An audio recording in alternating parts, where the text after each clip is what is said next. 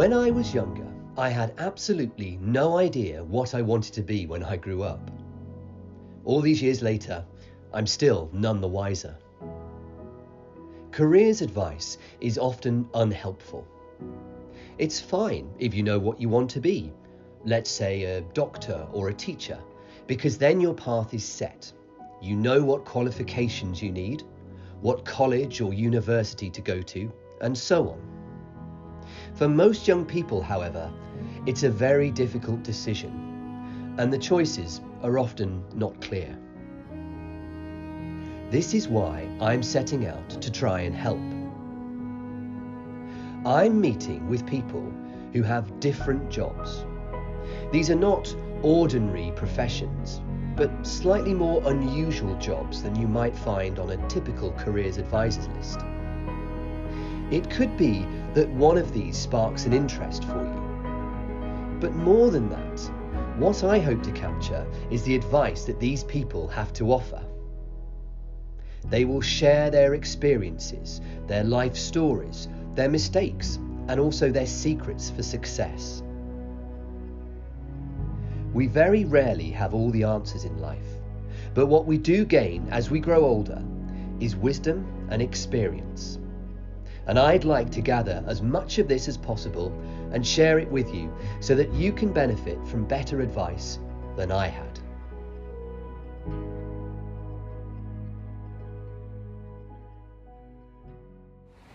So as you can see, it's an incredibly wet day. I'm outside a garden centre, but behind that is a Falconry Centre. You can't see it from here, but I'm here today to go and meet with a real life falconer and speak to her all about her job, what she does for a living, and yeah, it should be interesting. Hello. Hiya. Hi, morning. Fiona. Lovely to see you. Nice to meet you. I've Come on brought in. the weather with me today. Yeah, I know, so. it's horrible. Fiona Garvey has worked at the Falconry Centre for 6 years, having started out in a voluntary capacity. I was keen to get a sense of how the opportunity had come about and where her love of wildlife had originated from. It starts off, I finished uni, I had no idea what to do with myself. I'd had 6 months completely unemployed. I just couldn't get work. Even McDonald's didn't want me. And I was like, I don't know what to do with my life. And to cheer myself up, I bought myself a Groupon voucher. It was £19 for 2 hours falconry, and it was just a random thing I clicked on. And when I did it, I just thought, oh my God, this is the best thing I've ever done. And I didn't even know it was a thing. So I volunteered with that company. So how old were you then? When did this? I suppose I was about 23 or 4, okay. Something like that, yeah. Because I'd finished uni and tried to get a job, so yeah, something like that. And what was your degree? What did you do? Psychology and sociology. It was a joint honours. Okay. So and unless you want to do a masters, which I did not want to do, or teach, there wasn't really anything you could do with it. So I was really struggling to find work basically, and so I just ended up volunteering just to fill my time and make myself feel better. And then I had to get a job, because I needed to pay bills and move out. So I ended up doing a lot of different things. Retail, sales, faults desk, customer service, teaching assistant, teaching. And during that time I had my own barn owl, and we used to spend the weekends going out doing birthday parties, weddings, ring deliveries, you know. And then after about 8 years, no, not even that, sorry, but probably about 6 years of doing that, I had the itch to buy another bird, and I was like, I can't buy it. So I had a look around my local area at Falconry Centre so I could play with theirs, basically, rather than buy another one. And that's how I stumbled across this place, and I sent them an email saying, I've got my own barn owl, I have a year's worth of voluntary experience, do you have any voluntary spaces available? And I was just really lucky that after a year and a half of volunteering here, a member of staff left and there was space for me to go full time, so that's what I did. It was just something I'd never experienced, I didn't even know you could do, I didn't know it was a job, and it was just the greatest thing I'd ever done. So I just thought, how can I do this? After a year of voluntary, because they are quite hard to look after, it's not something I'd ever say, yeah, just go out there and buy a bird. That's when I decided to get my own barn owl, and it's a working partnership, so we did birthday parties and weddings and things like that. So Fiona's passion for wildlife, especially birds, arose as a result of her falconry experience as an adult, and there had been little to suggest that she would go down such a path while she was at school. The key to turning what was essentially a hobby or passing interest into a career lay in the pursuit of voluntary work, something that is often overlooked when it comes to careers. I suppose it was easier then, which is making me sound and feel really old, but I think it was easier. Nowadays, I think it's going to be quite hard to find somewhere that will take you. Here we get quite a lot of inquiries from people doing work experience and stuff, and we can't do it.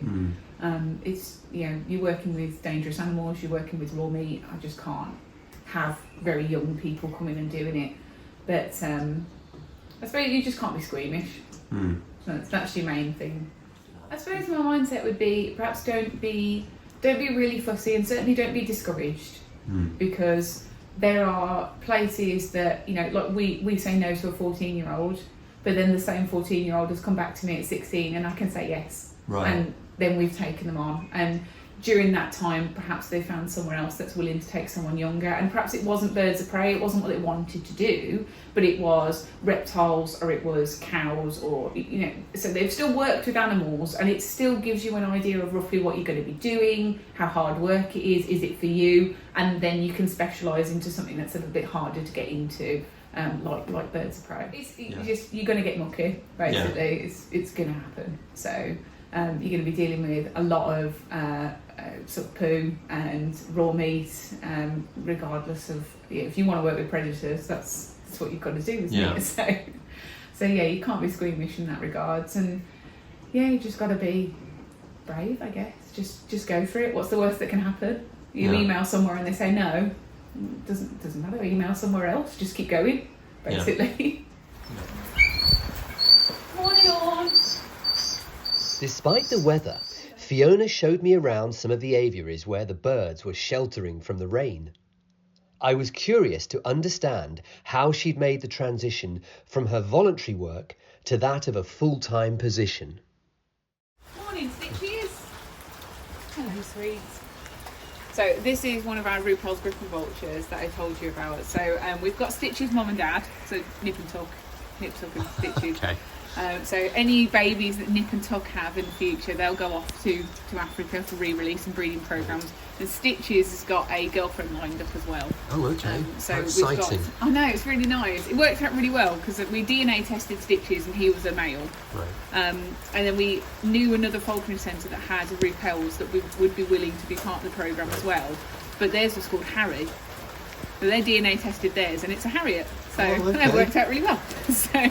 So is it actually that hard to tell the sex of? It is with vultures. Vultures, yeah. right? Like normally we guess based on size. So girls are normally larger than boys in most birds of prey species. Right. But vultures, they're the same. Right. So it's the best way to do it is just to either use an eggshell, which we could do with him because he's bred here, or just pull a little feather and just send that off to a lab, and then they'll give you a DNA, conclusive results. I thought it'd be okay because I was working 6 days a week. So I had my standard 9 to 5, then I had Saturday off, and then I'd volunteer here on a Sunday. So I thought, well, I'm doing quite a lot of work anyway. But going from a 9 to 5 in an office to working outside, scrubbing aviaries, hauling heavy frozen foods, it was really tiring. It was quite difficult. Right. But you build up. You just have to just do your best, and as long as you are doing your best, then my boss could see. When I first started here, I could clean 4 aviaries in the morning and that was it, but now I can clean 12, 16 aviaries in the morning. So you do build up that stamina, and as long as you're trying hard, your bosses can see that. So it doesn't matter as long as you're working hard. Yeah. Well, I think that's my favourite bit of it actually, is working with people. And I don't know if that sort of heralds back to when I wanted to be a counsellor and I wanted to help people. It's nice. It's nice doing the customer facing. So you're welcoming people in. Some people have been here all the time, and it's a case of trying to remember them and say hello again. And new people, it's have you been down here? Have you made sure you've seen all the birds? it is always different, and that's quite nice that it's always different. I like the experiences. That's my favourite bit, is getting people up close and personal with these absolutely incredible animals that you don't normally get to be that close with, and ticking bucket lists. You know, I have had people on experiences where, you know, the owl lands on their glove and they just burst into tears because it's something they've always wanted to do and they can't believe how beautiful they are, and it's just nice to be able to give that moment. It's my favourite bit. How much training is involved with actually handling the birds themselves, and obviously some of the demonstrations there? You've got all sorts of different birds, as you I'm said. still going. People, right. I'm still learning. It never stops. I think every bird is different. They're all completely different personalities, and you have to handle them in completely different ways. Right. So I guess it just depends on how much you want to do. So I volunteered obviously a year and a half somewhere else, and then I volunteered here for a year and a half. So I had 3 years under my belt, and after 3 years I was running experiences. Because before I worked here I did a few experiences, and I was flying a couple of the small eagles. So it is possible just through voluntary to be able to handle some of the bigger birds if you're good at it. But it took me 4 years to learn how to fly a falcon. Right. Because I just wasn't very good at it. So each bird is completely different. My boss actually got me my own eagle because I was quite frightened of some of the other eagles here. Right. And he was like, well, if we get you your own, then you can train it the way you want to. And he specifically chose me an eagle that would be slightly aggressive. Then once I was sort of done training her, and I'd sort of faced my fears almost, he was just like, well, if you can handle that eagle, you can definitely handle the rest of them, because she's nastier than these ones. It was an interesting training method, but it did work. So the whole section all the way down on my right, all the way down to the other end of the centre, was what we call weatherings. And that's where birds are tethered on blocks, so they're tied down. And since I started here, we've been moving towards a no tether policy, and we've reached that goal last year. So no birds are tied down anymore. Right. So that entire section now has just been remodelled into brand new aviaries. The aviaries change design all the time, just with new thoughts, I suppose. So we started using plastic backings. It's easier to clean, looks smarter. We started adding lots more plant material, so birds have got places to hide. They get bigger, they get taller every year. And then we became a charity during COVID, and that's really changed how we operate and what we do. And we've got a brand new section which is all about native British habitats and wildlife, because I can now. You know, I can get grants, and I can talk to people about how to conserve British wildlife, rather than just thinking, I can't waste this space, it has to be an aviary because I have to earn enough money to keep going. So, do you have ties with any other groups or organisations at all? So we work with Project Lugger. So they work with a specific type of falcon called the Lugger falcon. And they are, they were in quite a rapid decline of numbers, mostly due to misinformation. So people hunting and eating their food source. And a big thing was, out in the Middle East, there's quite a big market for falcons, and they can be quite expensive. But Lugger falcons are not one of the expensive falcons. So they are captured and then used as bait for larger, more expensive falcons to then be sold on in the Middle East. It's not a nice practice. So we work with them to try and obviously educate people to say, this isn't a nice thing to do. There are other ways to earn money. We also work with Volpro. They're a vulture conservation charity in Africa. So they've expressed interest in a few of our breeding pairs of vultures. And we've basically said that in the future, if any of our pairs of vultures breed, we would donate the babies to them. Okay. And then they can send them over to Africa for either breeding programs or re-release, which is really, really good, because vultures are pretty much all critically endangered. So anything we can do to boost their numbers is great. Maybe this is a generalisation, but you sort of think people are quite sort of hardy and tough because they're wild animals. Is it quite typical that actually behind that some people are a bit nervous, or does that vary? I should imagine so. It's probably something you don't really let on. But I have no problem talking about it, because I think it's quite normal and human. You know, the more you learn about these animals, the more you learn what they can do, and it's absolutely incredible. I used to work with a golden eagle, and she had the same amount of power in her feet as 2 German Shepherd bites. You know, so if she wanted to, she's just sitting on my glove, but she could just break my hand through the glove, and there's nothing I can do about it. And I suppose it's that thought that made me a little bit wary, but you do just have to face it, because they're more scared of you than you are of them for most of these big birds, and most of the time they're just not like that. It's not really in their nature. There are a few aggressive birds, of course there are. It's like they've got different personalities. But Cash is one of our Tasmanian eagle owls, and he's quite a good one to get out at this time in the morning because he's very good at sitting still and looking lovely. So you won't expect to fly. He doesn't look quite so bedraggled. No, he's quite good at actually staying out of the rain. Right. Which is quite helpful. So Cash has been here longer than I have, haven't you? So he's 29, this one. Oh, wow. So the bigger the bird, the longer they live. So something Cash's size is about 35 in captivity. So. Right, that's typical lifespan. Yeah. So that'd be quite a good age. Yeah. Having learned so much about Fiona's journey, I was keen to find out how she viewed her future, and also if she had any advice for young people looking to forge a career working with wildlife. I am one of the directors, I am a trustee. I get to decide what birds we have, what birds we breed, how things work, or at least help with the decisions. Obviously it's not just me, but so that's quite nice. So I suppose that's where I see myself, and hopefully in 10 years' time my own child will be at school and I can go back full time. So have a little bit more input. And fingers crossed, a few of the birds that I put in for breeding will have had babies. That'll be flying.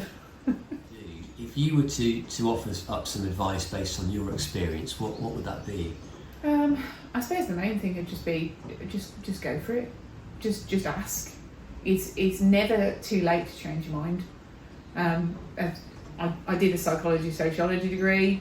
I have been in so many different sectors. As I've done retail, I've done customer service, I've done faults, I've done telecoms, teaching, and none of them really sat with me. I didn't sit in a job for more than 18 months before here, and I always used to just do this on the side. And then I thought to myself one day, like, why? This is the thing I love the most. Why am I only doing it as a side? So yes, it doesn't pay as well, but that's a sacrifice I wanted to make to enjoy my life and to enjoy my career. So, you know, send those emails. Like, the worst thing you're going to get is a no. Just send somebody else an email. Just keep trying. It is possible. Yes. And does it actually feel like a job? Or No, is not at all. No, I love coming to work. So I've mentioned before that obviously I've just had my own baby. I was still working here 6 days before I was due, and everyone was like, "Oh, don't you want to go on maternity leave?" No, I didn't want to stop working, and then I came back to work when she was 6 weeks old, because it's not work. It's lovely. Every day is completely different, and as I've managed to go from just a volunteer to a director and a trustee of this centre. So, you know, I get to decide how it develops, and it's just lovely seeing it change every day. So I've just had a fantastic chat with Fiona, who's told me all about her work here at the Falconry Centre over the last few years and some of the great opportunities and projects that they're working on. As you can see, it's not a particularly nice day. It's raining quite hard. I've been round and had a look at some of the birds. I think what I'm going to do is come back when it's a bit drier, when they've got some demonstrations on, and actually see some of the birds in action.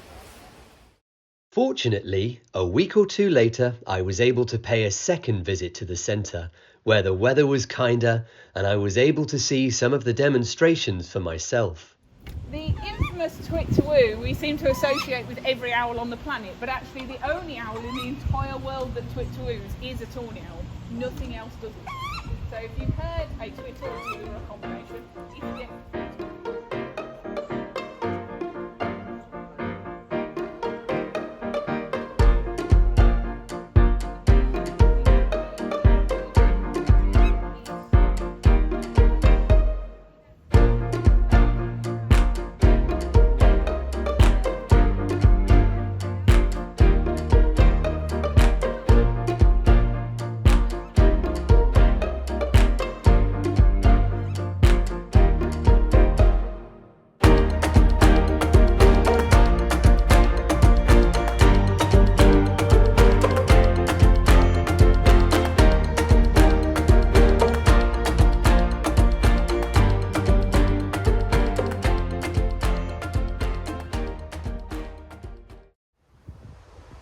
as you can see, it's a much nicer day today. I've returned and I was able to see one of the flying shows with several of the staff members at the Falconry Centre.